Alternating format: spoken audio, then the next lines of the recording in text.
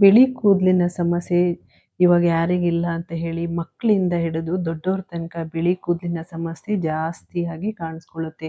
ಇವಾಗ ಚಿಕ್ಕವರಲ್ಲಿ ಕೂಡ ಜಾಸ್ತಿಯಾಗಿ ಬಿಳಿ ಹೇರಿನ ಸಮಸ್ಯೆ ಕಾಣಿಸ್ಕೊಳ್ಳುತ್ತೆ. ಅದರಿಂದ ಈ ಒಂದು ಡ್ರಾಪ್ ಎಣ್ಣೆನ ಬಳಸಿ ನೋಡಿ, ಬಿಳಿ ಕೂದಲಿನ ಸಮಸ್ಯೆ ನಿಮಗೆ ಬರೋದೇ ಇಲ್ಲ. ಚಿಕ್ಕ ಮಕ್ಕಳಿಂದ ದೊಡ್ಡವ್ರ ತನಕ ಈ ಎಣ್ಣೆನ ಯೂಸ್ ಮಾಡ್ಬೋದು.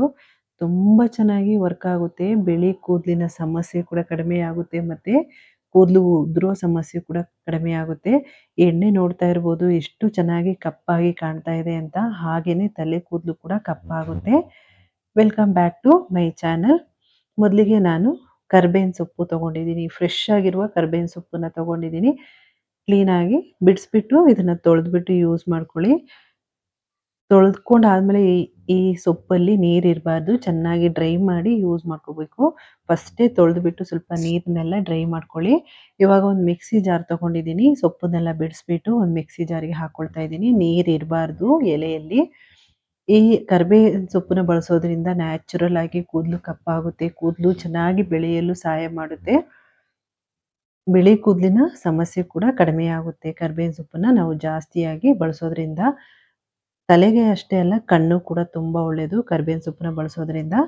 ಜೊತೆಗೆ ನಾನು ಕಲ್ಲೊಂಜಿ ಸೀಡನ್ನ ಹಾಕ್ಕೊಳ್ತಾ ಇದ್ದೀನಿ. ಕಲ್ಲೊಂಜಿ ಸೀಡು 1 ಟೇಬಲ್ ಸ್ಪೂನ್ ಅಷ್ಟು ಕಲ್ಲೊಂಜಿ ಸೀಡ್ ಹಾಕ್ಕೊಳ್ತಾ ಇದ್ದೀನಿ. ಕಲ್ಲೊಂಜಿ ಸೀಡು ಅಂದರೆ ಈರುಳ್ಳಿ ಬೀಜ ಅಂತ ಏನು ಕರಿತೀವಿ, ಆನಿಯನ್ ಸೀಡ್ ಅಂತ ಏನು ಕರಿತೀವಿ, ಆನಿಯನ್ ಸೀಡ್ನ ಕೂಡ ಹಾಕ್ಕೊಳ್ತಾ ಇದ್ದೀನಿ 1 ಟೇಬಲ್ ಸ್ಪೂನು.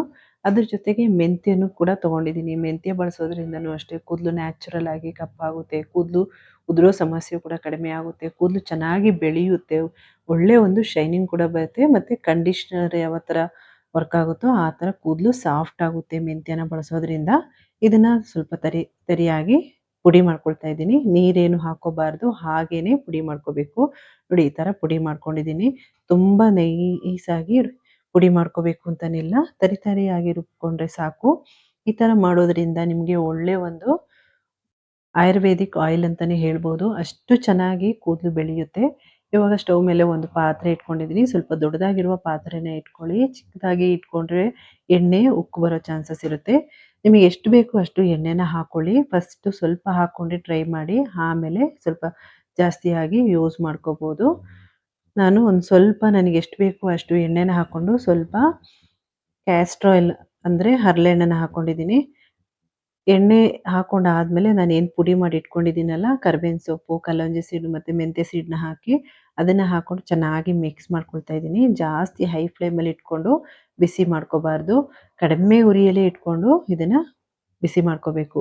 ಈ ಥರ ಮಾಡೋದ್ರಿಂದ ನಿಮಗೆ ಹೇರ್ ಫಾಲಿನ ಸಮಸ್ಯೆ ಮತ್ತು ಕೂದಲು ಬೆಳೆಯೋದೇ ಇಲ್ಲ ಅಂದ್ರೂ ಕೂಡ ಇದನ್ನು ಯೂಸ್ ಮಾಡ್ಬೋದು. ತುಂಬ ಚೆನ್ನಾಗಿ ವರ್ಕ್ ಆಗುತ್ತೆ.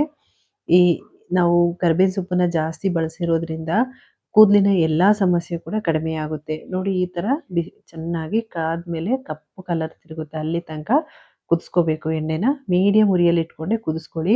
ಈ ಎಣ್ಣೆನ ನಾವು ಎಷ್ಟು ದಿನ ಇಡ್ತೀವೋ ಅಷ್ಟು ಕಲರ್ ಚೇಂಜ್ ಆಗುತ್ತೆ, ಕಲರು ಕಪ್ಪು ಕಲರ್ ಬರುತ್ತೆ. ತಕ್ಷಣ ನಿಮಗೆ ಕಪ್ಪಾಗಿಲ್ಲ ಅಂದ್ರೂ ನೆಕ್ಸ್ಟ್ ಡೇಗೆ ನಿಮಗೆ ಎಣ್ಣೆ ಫುಲ್ಲು ಬ್ಲ್ಯಾಕ್ ಆಗುತ್ತೆ. ನೋಡಿ ಇವಾಗ ತಣ್ಣಗಾಗಿದೆ, ಇದನ್ನು ಸೋದಿಸ್ಕೊಳ್ತಾ ಇದ್ದೀನಿ. ಬಟ್ಟೆಯಲ್ಲಿ ಸೋದಿಸ್ಕೊಂಡ್ರೆ ಈಸಿಯಾಗಿ ಸೋದಿಸ್ಕೋಬೋದು. ಸ್ಟೈನರ್ಗಿಂತ ನೀವು ಬಟ್ಟೆಯಲ್ಲೇ ಫಿಲ್ಟರ್ ಮಾಡ್ಕೊಳ್ಳಿ. ಬಟ್ಟೆಲಾದರೆ ಬೇಗ ಹಿಂಡ್ಕೋಬೋದು, ನೀಟಾಗಿ ಹಿಂಡ್ಕೋಬೋದು ಸ್ಟೈನರ್ಗಿಂತ. ಇಲ್ಲ ನೀವು ಸ್ಟೈನರ್ಲೇ ಸ್ವಲ್ಪ ಸ್ಪೂನಲ್ಲಿ ಪ್ರೆಸ್ ಮಾಡಿಕೊಂಡ್ರೆ ಎಣ್ಣೆ ಎಲ್ಲ ಕ್ಲೀನಾಗಿ ಎಳಿಯುತ್ತೆ. ಆದಷ್ಟು ನೀವು ಬಟ್ಟೆಯಲ್ಲೇ ಫಿಲ್ಟರ್ ಮಾಡ್ಕೊಳ್ಳಿ. ಚಿಕ್ಕ ತೆಳು ಬಟ್ಟೆ ಇರುತ್ತಲ್ಲ, ಆ ಬಟ್ಟೆ ತೊಗೊಂಡು ಫಿಲ್ಟರ್ ಮಾಡ್ಕೊಳ್ಳಿ. ತುಂಬ ಚೆನ್ನಾಗಿರುತ್ತೆ ಎಣ್ಣೆ ಅಂತೂ. ಒಳ್ಳೆ ಬ್ಲ್ಯಾಕ್ ಕಲರ್ ಇದ್ದಂಗೆ ಇರುತ್ತೆ. ಹೇರ್ ಕಲರ್ ಯಾವ ಥರ ಇರುತ್ತೆ ಆ ಥರ ಇರುತ್ತೆ.